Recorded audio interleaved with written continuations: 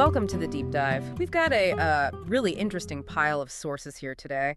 Covers a lot of ground in personal tech. Yeah, it really does. We're looking at new hardware, big OS updates, Nintendo, Android, iOS, even some Samsung stuff. Quite the mix. And, that's what we do here. We dive into this material, pull out the key bits, the interesting nuggets, so you can get up to speed fast on what actually matters. Exactly. Oh. Cut through the noise, figure out what's new and what it actually means for using this tech day to day. Okay, let's jump right in. First up, maybe the biggest hardware news recently, the Nintendo Switch 2, launched June 5th. Right. Following up the original Switch, that's a massive task.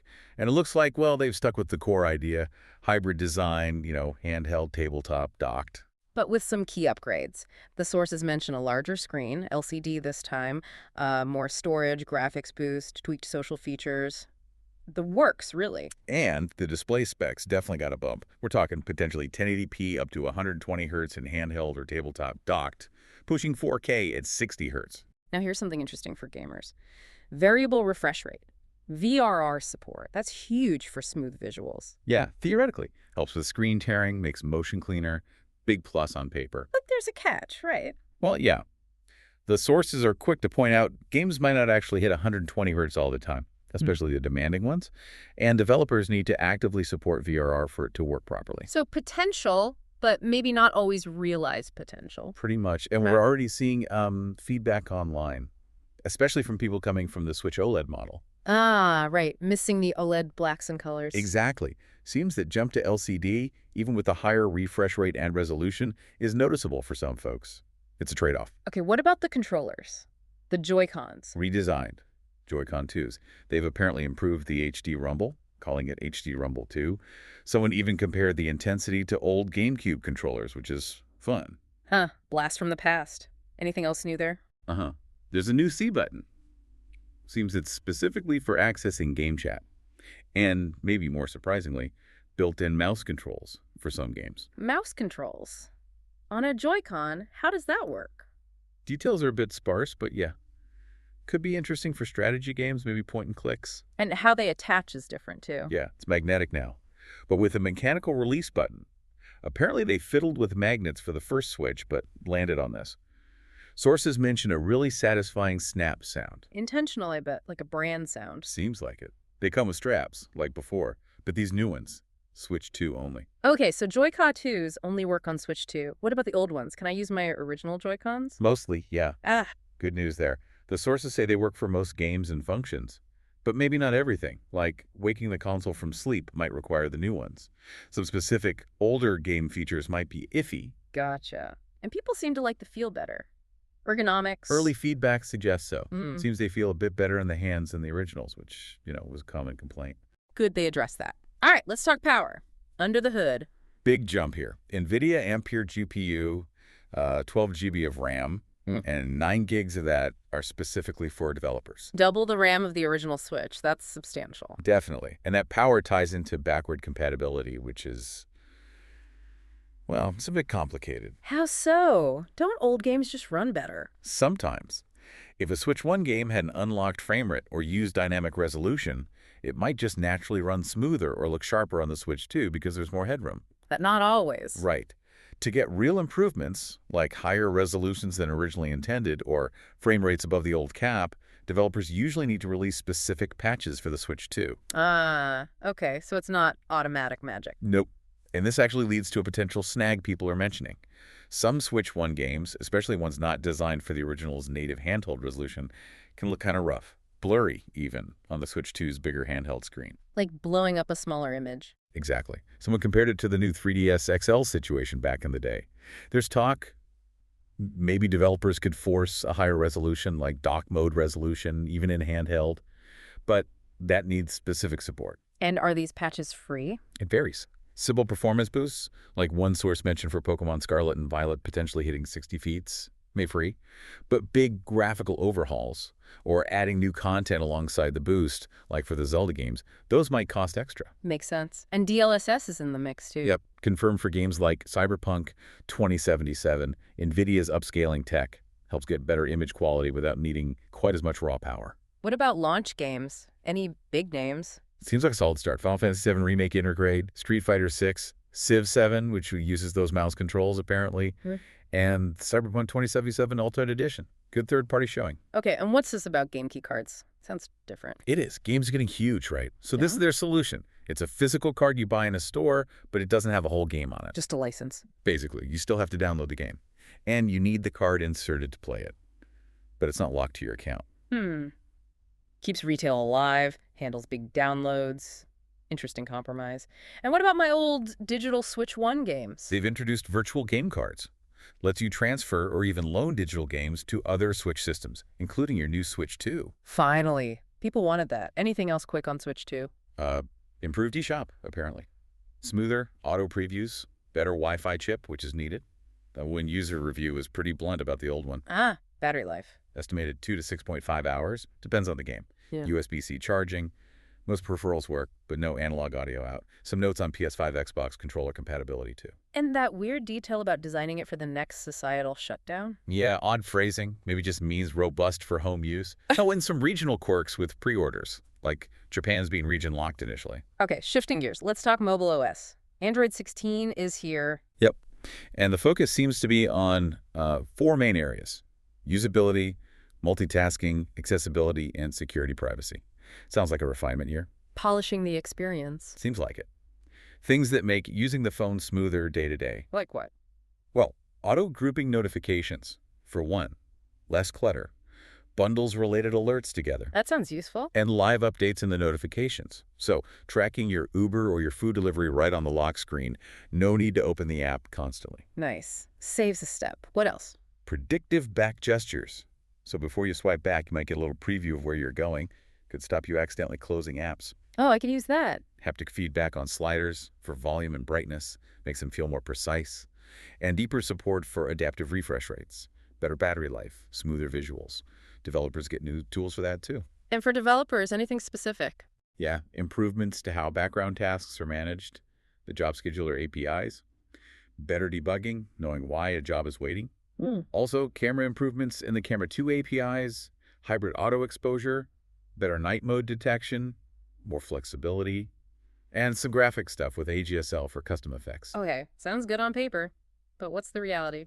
User feedback online. Well, it's a bit mixed, as usual with big updates. Yeah. Some good things, like faster app side load for the techier users. Yeah. But some significant bumps. People reporting apps crashing, just refusing to launch after updating, mentioned specifically on Pixel 6a, 8a. That's not great if it's your banking app or something. Oof, yeah. Major pain point. Definitely. And one user had Google Photos try to reback up their entire photo library after the update. Yikes. Double yikes. Sounds like teething problems. Seems so. There's also this feeling, reflected in comments, that features aren't always consistent across devices, or maybe held back from slightly older models like the Pixel 7 or 7a, even if they seem capable. That causes confusion, right? Like, should I have this feature or not? Exactly. And people are still asking for things, remapping the power button, app drawer folders. Yeah. Consistent double tap to lock seems to be a recurring request that's still a bit confusingly implemented. So polish in some areas, but maybe a bumpy rollout and some lingering user requests. Also saw mention of design debates. Material 3 versus Apple's look. Yeah, the usual aesthetic preferences. Speaking of Apple, let's jump over to iOS 26, which apparently is the new name for iOS 19. Right, branding change. What's new there? Sources mentioned big app updates. Yeah, especially CarPlay, big visual refresh using their liquid glass theme, light and dark modes, smaller notifications for calls, text safer while driving. Makes sense. Anything else for CarPlay? Improved messaging. You can do tapbacks, see pinned conversations, and live activities like flight tracking or delivery updates can show up right next to your map view. Convenient, but that fancy CarPlay Ultra visual refresh is limited. Seems so. Select premium car models only, according to the sources. What about the regular phone app? Getting the Apple Intelligence treatment. So, voicemail summaries showing up right on the main screen. And a cleaner layout combining favorites, recents, voicemails. Though, interestingly, one user comment suggested things like call screening and spam filtering are working on older iPhones, maybe separate from the main AI push. Which brings us to the elephant in the room, Apple Intelligence and who gets it. Yeah, this is dominating the discussion. A lot of the headline AI features Genmoji, screenshot analysis for order tracking, live translation, stuff like that. Requires iPhone 15 Pro or newer, right? That's what the sources indicate. And users are not thrilled, generally. Lots of frustration online. Why? What's the argument? People are basically saying, hang on, my older iPhone has a neural engine. It does machine learning stuff already. Why can't it handle these The features? perception is its artificial limitation to sell new phones. That's definitely the sentiment from many users. Classic Apple gating, they call it. Right. They point to existing features like text recognition, object detection, saying those seem pretty complex too. Are there counter arguments? Reasons why it might genuinely need the new hardware? Some speculation in the discussions about maybe RAM requirements, or maybe the cloud compute side of Apple Intelligence has capacity limits, so they're starting with the newest chips. It's not entirely clear. But regardless, users are debating if they even want these AI features. Some find them potentially invasive or just not useful. Right. One user even cited this whole situation as a reason they were looking at switching to Android, specifically mentioning the Fold. Interesting. Okay. Besides the consumer stuff, anything for businesses or IT? Yeah, one source, JAMF, highlights enterprise updates, shows Apple's also focusing there, new management tools for Safari, like setting bookmarks remotely, and for software updates, extending that control to Vision Pro and Apple TV Now. That's device management smoother for organization. Exactly. Plus, IT admins can control whether Apple Intelligence is enabled or disabled on managed devices. Oh. And declarative app management is coming to Mac, easier app deployment, pinning versions. And locking down sign-ins. Yep. Ability to restrict devices to only allow managed Apple accounts, and new APIs for Apple Business Manager to connect with other IT systems. So, serious back-end improvements for corporate users. Got it. Okay. Last stop, Samsung. Quick teasers from them. Two things. First, the Galaxy Z Fold 7. They've teased AI-powered cameras, talking about making them more intuitive, adaptive. The phrase used was helping the camera understand what users see into understanding an action. Sounds ambitious, like context-aware cameras. Something like that. Moving beyond just taking the picture, leaks also suggest it might be super thin, expected later this year. And we saw user comments about switching to Fold from iOS, mixed but interesting experiences, and potential deals being a factor. Right. Price and trade-ins can make a big difference there. The other Samsung thing is a monitor, the Odyssey OLED G8. Ah, the new gaming monitor. S32 DG80 model, flat, 32-inch 4K, 240 hertz. QD OLED panel, sounds high-end. It is. Plus, it has built-in smart TV apps, like Netflix comes with a remote, Mm. and an ARC port, which is handy for connecting soundbars easily. How's the gaming performance? Sources say it's excellent. Fast response, low input lag. Works well with consoles like PS5 and Xbox at 4K 120 Hz. Any downsides? There's this feature, VRR Control, meant to reduce OLED flicker in dark scenes, but testing showed enabling it adds noticeable input lag and can even cause stuttering. So maybe it needs a firmware fix. Something to watch out for. And the usual curved versus flat debate popped up too. Of course. Always does with monitors. Personal preference, mostly. Okay, so let's pull back. Nintendo, Android, iOS, Samsung. Connecting these dots, what are the big takeaways? Well, the push for performance never stops, right? Yeah. Switch to hardware, that 240 hertz monitor, faster, better is always a goal. True. And AI is everywhere, but maybe not always in the way you'd expect. Exactly. It's getting woven into core features. Android notifications, iOS apps, Samsung cameras. It's less of a gimmick, more about enhancing the experience, though clearly how it's rolled out and who gets it is a major discussion point. We're also seeing refinement of the basics. Smarter notifications, tweaked interfaces like CarPlay. It's not just new stuff, but making existing stuff work better. But underneath it all, you have these constant tensions. Backward compatibility on Switch, hardware limits for AI on iPhones. How do companies balance bringing new things while supporting what's already out there? And for you, listening, this stuff directly impacts your tech life, right? If you own Switch games, backward compatibility matters. How Android handles notifications changes your daily phone use. Or if Apple's AI strategy pushes you towards an upgrade you weren't planning, how a monitor performs affects your gaming or work. These aren't just abstract announcements. Totally. It really makes you think about the life cycle of these devices and the software. Yeah, and how companies decide what features go where. Which brings us to a final thought. As hardware keeps getting more powerful, but also more fragmented, with specialized AI chips in newer phones and software, increasingly relies on that specific silicon. How long can companies realistically keep bringing the absolute latest software features to older devices? And at what point do software updates shift from being just a nice perk for keeping your current device to actually being a key reason you need to upgrade to get the new capabilities? Something to chew on. We've covered a lot today.